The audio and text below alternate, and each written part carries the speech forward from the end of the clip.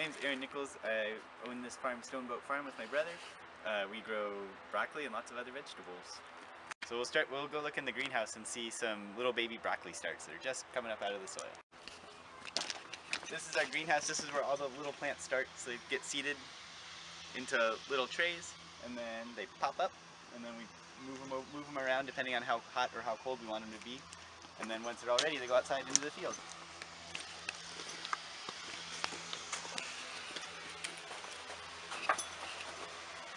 So these right here are baby broccolis, all the way down. Each one of these little plants will make a big broccoli head and then lots of little side shoots like you'll have at lunch today. You can see there's a couple different kinds out here. And when they probably won't do it yet, but when they're ready, you can just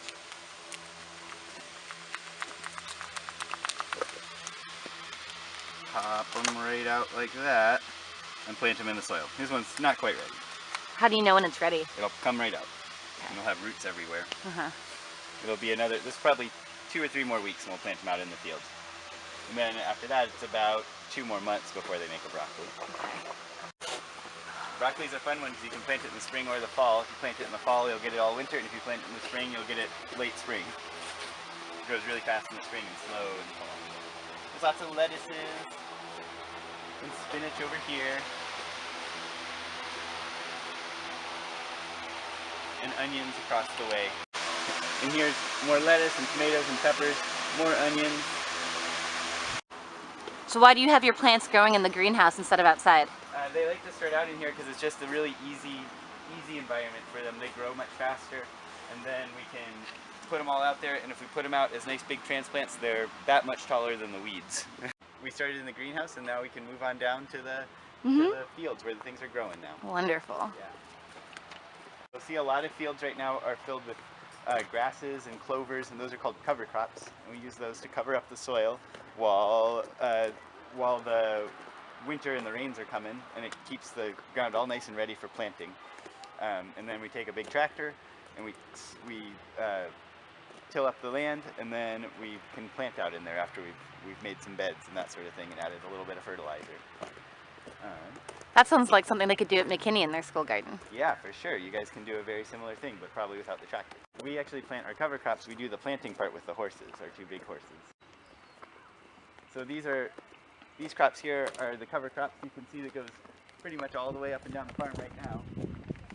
But slowly, by September or August, really, it'll all be into vegetable crops that we're ready to sell at the farmers markets.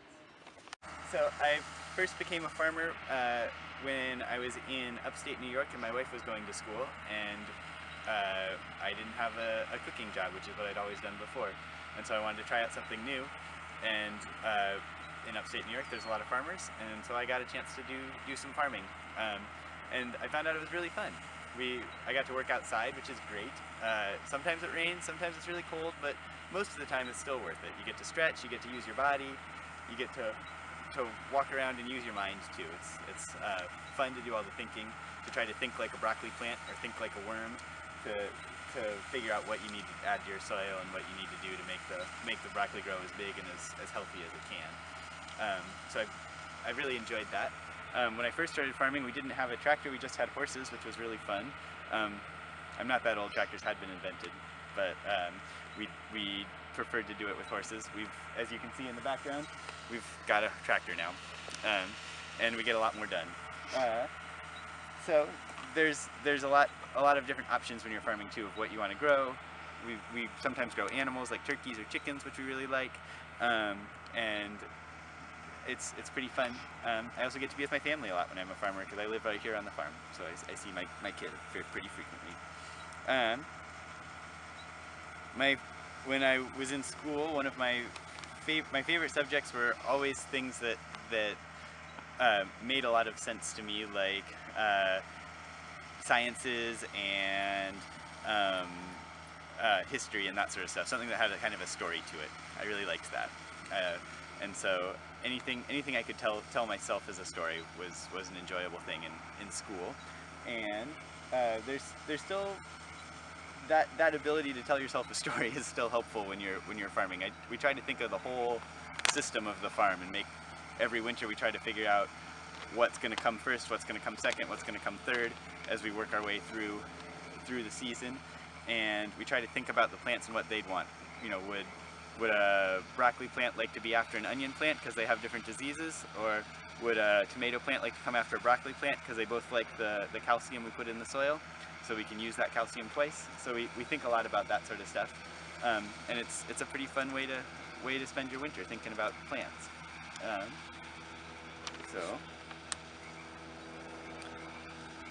And advice I have for young farmers is you should work on a farm. It's good to know that you want to do it, because not everyone does, even if you think you do. And it's a harder thing to get into than it used to be. You need to know, there's a lot to learn if you're going to farm organic farming or conventional farming, any sort of farming. You need to know a lot about tools, you need to know a lot about the soil, you need to know a lot about plants, and going to school for that is helpful, but you just have to do it for a while before you're going to be able to do it for yourself. And then I want to introduce you to my purple broccoli plants. Most broccoli, probably the broccoli you've seen, is green, and we grow that kind too. But in the winter, the purple variety is much hardier. They make one big crown first, but that was in February, and we're already in almost April now.